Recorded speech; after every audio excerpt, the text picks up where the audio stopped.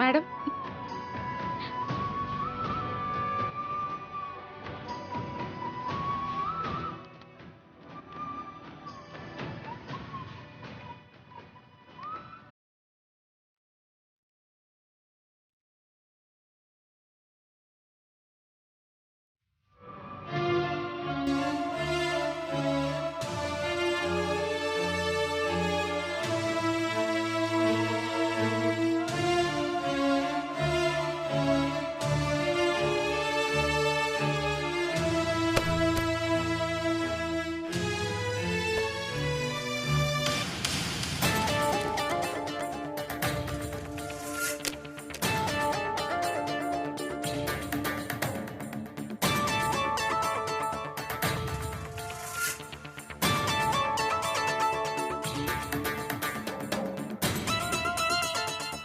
ഞാൻ പോയിട്ട് വരാം അമ്മേ.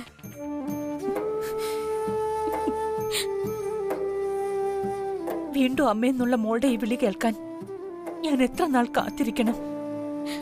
എന്തിനാ അമ്മ ഇങ്ങനെയൊക്കെ ചോദിക്കുന്നെ? ഞാനങ്ങ് പോയി പോകുന്നല്ലോ. അമ്മയുടെ ഒരു വിളിക്കപ്പുറം ഞാനുണ്ടാവും എപ്പോഴും. മാത്രല്ല എന്നെ കണ്ണെന്ന് അമ്മയ്ക്ക് തോന്നുന്ന ആ നിമിഷം ഞാൻ അമ്മയുടെ മുന്നിലുണ്ടാവും, തീർച്ച. പിന്നെ മനസ്സിൽ വിചാരിച്ച ഉടനെ മുന്നിൽ പ്രത്യക്ഷപ്പെടാൻ ഇവളാരാ? മായാവിയോ? അമ്മ സമയത്ത് ആഹാരം കഴിക്കണം, ടാബ്ലറ്റ്സ് ഒക്കെ മുടങ്ങാതെ കഴിക്കണം. മടിയൊന്നുമില്ലാതെ ദിവസം ഒരു നേരമെങ്കിലും കഷായം കുടിക്കണം.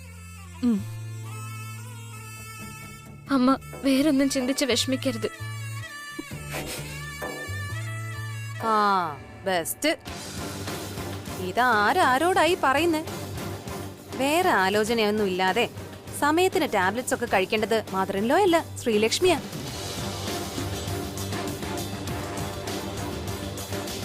പിന്നെ ശ്രീലക്ഷ്മിക്ക് ഒരു ധാരണയുണ്ട്, താൻ ഇങ്ങോട്ട് വന്നതിന് ശേഷമാ ഇവിടെ എല്ലാം കറക്റ്റായിട്ട് നടക്കുന്നതെന്ന്. ശ്രീലക്ഷ്മി, താൻ വരുന്നതിന് മുമ്പും ഇതൊക്കെ കൃത്യമായിട്ട് ഇവിടെ നടന്നിരുന്ന കാര്യങ്ങളാ. മദർ-ഇൻ-ലോയുടെ കാര്യങ്ങൾക്കൊന്നും ഒരു കുറവും ഇവിടെ ഉണ്ടായിട്ടില്ല. ശ്രീലക്ഷ്മി വന്നതിന് ശേഷം മദർ-ഇൻ-ലോയുടെ കാര്യങ്ങള് ഏറ്റെടുത്തങ്ങ് ചെയ്തു.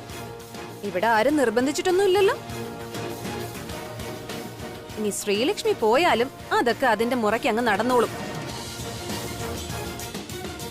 അതൊന്നും ശ്രദ്ധിക്കാൻ ഇവിടെ ആരും ഇല്ലാന്നൊന്നും വിചാരിക്കരുത്. ഇവിടെ ഞങ്ങളൊക്കെ ഉണ്ട്. എനിക്കും ശ്രീലക്ഷ്മിക്കും ഒരേ റോളായി ഈ വീട്ടില്. അതില് ചെറിയ കയറ്റം ഇറക്കമൊക്കെ ഉണ്ടെന്നേ ഉള്ളൂ. ശ്രീലക്ഷ്മിയുടെ അഭാവത്തിൽ മദർ-ഇൻ-ലോയെ നോക്കേണ്ട ഉത്തരവാദിത്തം എനിക്കാ. ഞാനത് പണ്ട് ഭംഗിയായി ചെയ്തിരുന്നു, ഇനിയും ചെയ്യും. അറിയാം മാഡം, ഞാൻ അമ്മയോട് പറഞ്ഞേ ഉള്ളൂ. ഞാൻ ഒരാൾ പോയാലും ഈ വീട്ടിൽ ഒന്നും സംഭവിക്കാൻ പോകുന്നില്ലെന്ന് എനിക്കറിയാം. എന്റെ ഒരു സമാധാനത്തിന് വേണ്ടി പറഞ്ഞേ ഉള്ളൂ.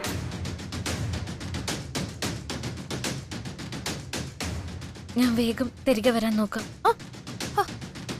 ഇപ്പൊ ശ്രീലക്ഷ്മി അതിനെ കുറിച്ചൊന്നും ആലോചിക്കണ്ട. അല്ലെങ്കിലേ ഇങ്ങനെ ഓരോരോ ആലോചനകളാ നിന്റെ കുഴപ്പം. അച്ഛനോടും അമ്മയോടും ഒപ്പം നിന്ന് മരുന്നൊക്കെ കഴിച്ച് അസുഖം ഭേദമായതിനു ശേഷം ഇങ്ങോട്ട് വരുന്നതിനെ കുറിച്ച് ആലോചിക്കാം.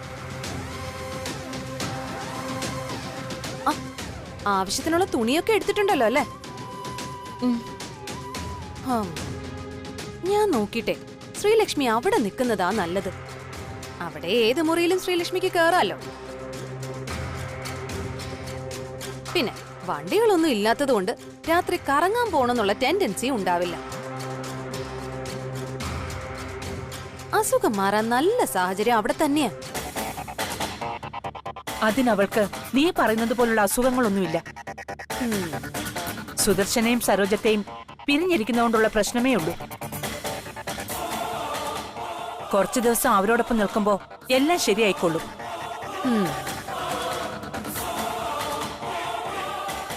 രേഖ പറയുന്നത് കേട്ട് മോള് വിഷമിക്കണ്ട. രവി എവിടെ? ഞാൻ ഒപ്പം വരണ്ടെന്ന് പറഞ്ഞമ്മ. ഈശ്വരാനുഗ്രഹം കൊണ്ട് ഞാനിപ്പോ ഒരുവിധം പിടിച്ചു നിൽക്കുന്നുണ്ട്.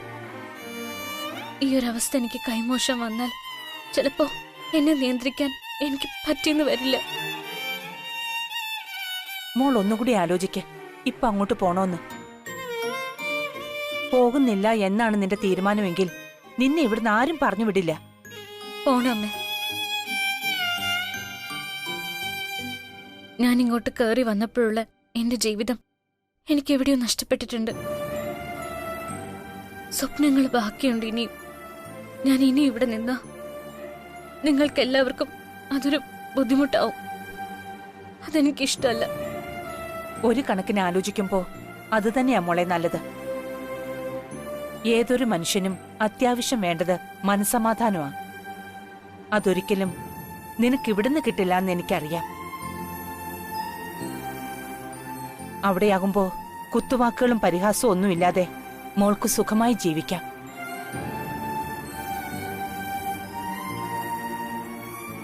പിന്നെ ഇവിടെ രേഖ പറഞ്ഞതുപോലെ എന്റെ കാര്യം നോക്കാൻ രേഖ വേണമെന്നില്ല. ഞാനത് പ്രതീക്ഷിക്കുന്നുമില്ല. ഞാനൊരു കിടപ്പ് രോഗിയൊന്നും അല്ലല്ലോ. എന്റെ കാര്യങ്ങൾ നോക്കാൻ എനിക്കറിയാം.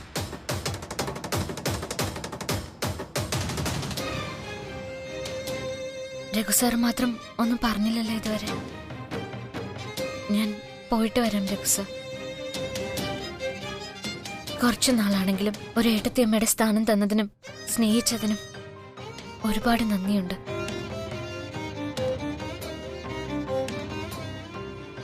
എന്തു പറ്റി രഘു സാർ? എനിക്കറിയാം ഞാൻ പോകുന്നത് സാറിന് വിഷമമാണെന്ന്.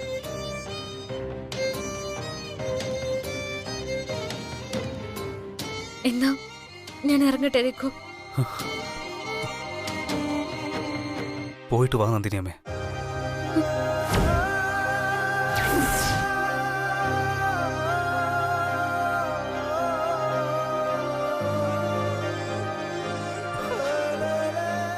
Take care ഏട്ടത്തിയമ്മേ. എന്തായാലും നീ ഒറ്റയ്ക്ക് പോകണ്ട. അത് ശരിയാവില്ല. രഘു, നീ രവിയെ വിളിക്ക്. ശ്രീലക്ഷ്മി ഡ്രോപ്പ് ചെയ്തിട്ട് വരാൻ പറ. ശരിയമ്മേ. അത് വേണ്ട രഘു. എന്തു പറ്റി മോളെ? ഞാൻ ഒറ്റയ്ക്ക് പോയിക്കോളാം അമ്മേ. അതെന്താ? ഞാൻ നേരത്തെ പറഞ്ഞില്ലേ, ഞാൻ തന്നെ രവി സാറിനോട് വരണ്ടെന്ന് പറഞ്ഞത്. സാറിനത് വിഷമാവും. എന്നെ ഡ്രോപ്പ് ചെയ്ത് വിഷമത്തോടെ തിരിച്ചു വരുന്ന രവി സാറിന്റെ മാനസികാവസ്ഥ എനിക്ക് മനസ്സിലാക്കാൻ പറ്റും. ഞാൻ തനിയെ പൊയ്ക്കോളാം. മോനെ രഘു, എങ്കിൽ നീ ശ്രീലക്ഷ്മി വീട്ടിൽ കൊണ്ടാക്കിയിട്ട് വാ. വേണ്ടമ്മേ. നിങ്ങൾ ആരെന്നെ ഡ്രോപ്പ് ചെയ്യാൻ വന്നാലും നിങ്ങൾ തിരിച്ചു പോകുമ്പോ എനിക്കത് സഹിക്കാൻ പറ്റിയെന്ന് വരില്ല. വിഷമം താങ്ങാനാവാതെ ഞാൻ വീട്ടിൽ വെച്ച് നിയന്ത്രണം വിട്ട് പെരുമാറിയ അച്ഛനും അമ്മയ്ക്കും എനിക്ക് എന്തെങ്കിലും പ്രശ്നമുണ്ടോ എന്ന് സംശയം തോന്നും. അല്ലെങ്കിൽ തന്നെ ഞാൻ അവരുടെ മുന്നിൽ പോയി ഇങ്ങനെ നിൽക്കുന്ന ചോദ്യം എന്റെ മനസ്സ് മുഴുവൻ. അവരും കൂടി ഇത് അറിഞ്ഞ വയ്യാത്ത എന്റെ അച്ഛന്റെ അവസ്ഥ എന്താകുന്ന എനിക്ക് പേടിയുണ്ട്. എന്റെ ഇമോഷൻസ് ഒന്നും ഇപ്പൊ എന്റെ കൺട്രോളിലല്ല അമ്മ. നിന്നെ യാത്രയക്കാൻ ഞങ്ങൾക്കും ബുദ്ധിമുട്ടുണ്ട് ശ്രീലക്ഷ്മി. മോളെ സ്നേഹിച്ചും കൂടെ കഴിഞ്ഞും കൊതി തീർന്നിട്ടില്ല അമ്മയ്ക്ക്.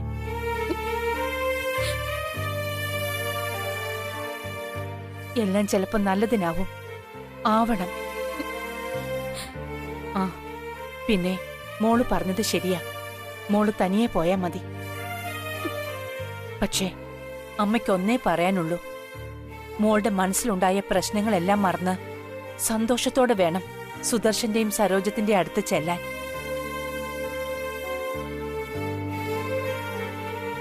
ഇവിടെ ഉണ്ടായതെല്ലാം മോള് മറക്കണം. തിരിച്ചു മോള് വരുമ്പോ പഴയ ശ്രീലക്ഷ്മി ആയിരിക്കണം. അതിലെല്ലാം ഉപരി വേഗം ഇങ്ങോട്ട് തിരിച്ചു വരികയും വേണം. ശരിയമ്മ. മോള് വാ രഘു.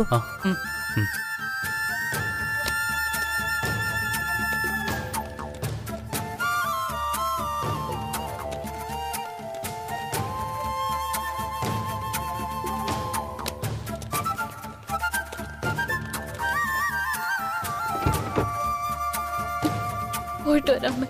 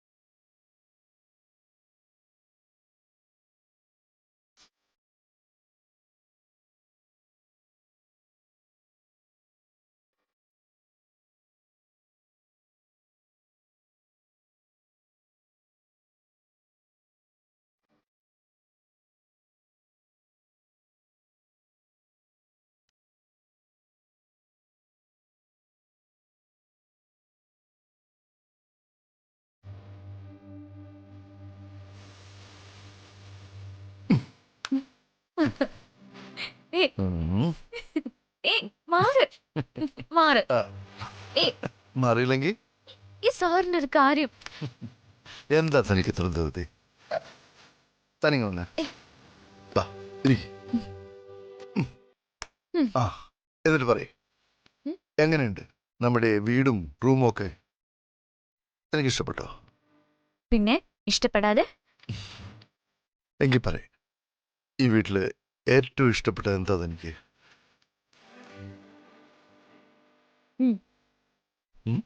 ഞാനോ?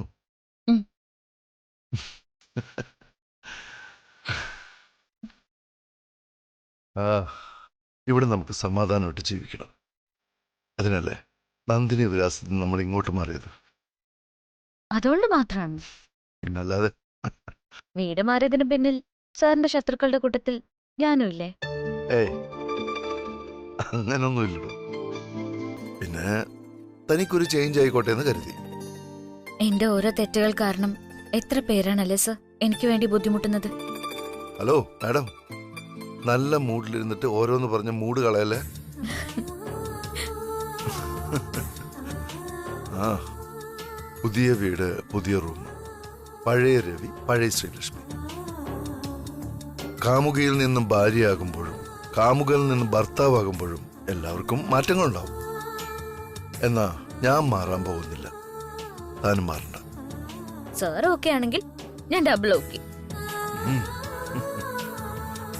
ആ, ഇനി ഈ വീട്ടിൽ ഒരു പുതിയ അതിഥി കൂടി വേണം.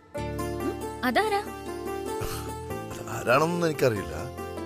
ചിലപ്പോ മോളാകാം, ചിലപ്പോ മോനാകാം. ഓ അതാണോ? ചില്ലറ സ്വപ്നങ്ങളൊന്നും അല്ലല്ലോ. ആ അതെ, ഞാൻ സ്വപ്നം കണ്ടതൊക്കെ ഈശ്വരാനുഗ്രഹം കൊണ്ട് എനിക്ക് കിട്ടിയിട്ടുണ്ട്. അതിൽ ഞാൻ ഏറ്റവും കൂടുതൽ കണ്ട സ്വപ്നമാണ് ഇപ്പൊ എന്റെ മുന്നിലിരിക്കുന്നത്.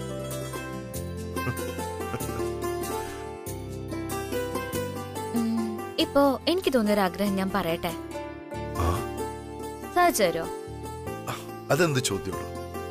എന്താഗ്രഹമാണെങ്കിലും പറഞ്ഞോ, സാധിച്ചു തന്നിരിക്കും ഞാൻ. ഉറപ്പ്? 100% ഉറപ്പ്. എങ്കിൽ എനിക്കൊരു പാട്ട് പാടിത്തരോ? പാട്ടോ? ആ പാട്ട്. സാറിന്റെ ആ വാക്ക് കേട്ടിട്ടില്ലേ? എടോ, പാട്ടൊന്നും പാടാൻ എനിക്ക് അറിയില്ല. അത് പറ്റില്ല, സാർ എനിക്ക് വാക്ക് വന്നല്ലേ. അതിപ്പോ ഞാൻ അറിഞ്ഞോ ഈ ആഗ്രഹം താൻ പറയാൻ പോകുന്നെന്ന്? എടോ, ഞാനൊക്കെ പാട്ടുപാടിയ വേസ്റ്റ് ആയിരിക്കും. താനെ ഇവിടുന്ന് ഇറങ്ങി ഓടും. അല്ലെങ്കിൽ തന്നെ താനൊന്ന് ആലോചിച്ച് നോക്കി, ഇത്രയും പൊക്കവും സൈസും ഒക്കെയുള്ള ഞാൻ, അതും വർമ്മൻ കമ്പനിയുടെ CEO ആയ ഞാൻ, പാട്ടും പാടി തന്നെ വെറുപ്പിക്കാന്നൊക്കെ പറഞ്ഞ. ഓ, ബെഡ്റൂമിലും വർമ്മൻ കമ്പനി മുതലാളിയാണെന്ന് ഞാൻ അറിഞ്ഞില്ല. സോറി. എങ്ങു നിന്നോ വന്ന പഞ്ചവർണ്ണ കിളി നീയോ,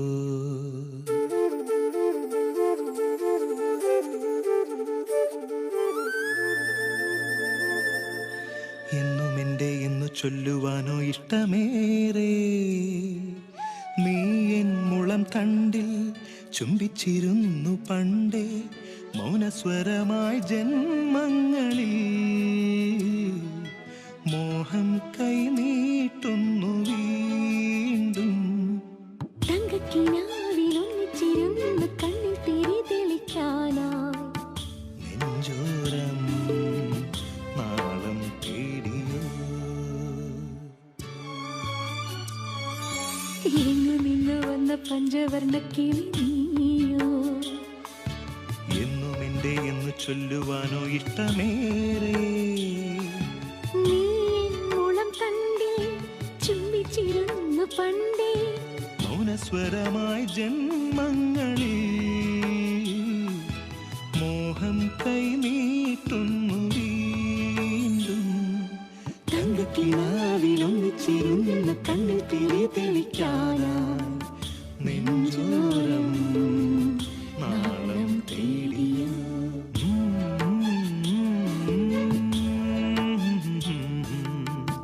നെഞ്ചോരം നാളം തേടിയോ.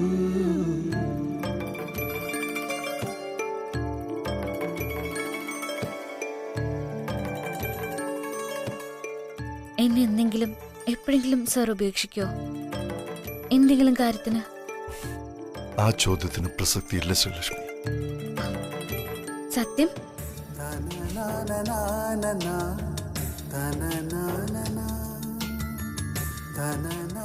സത്യം.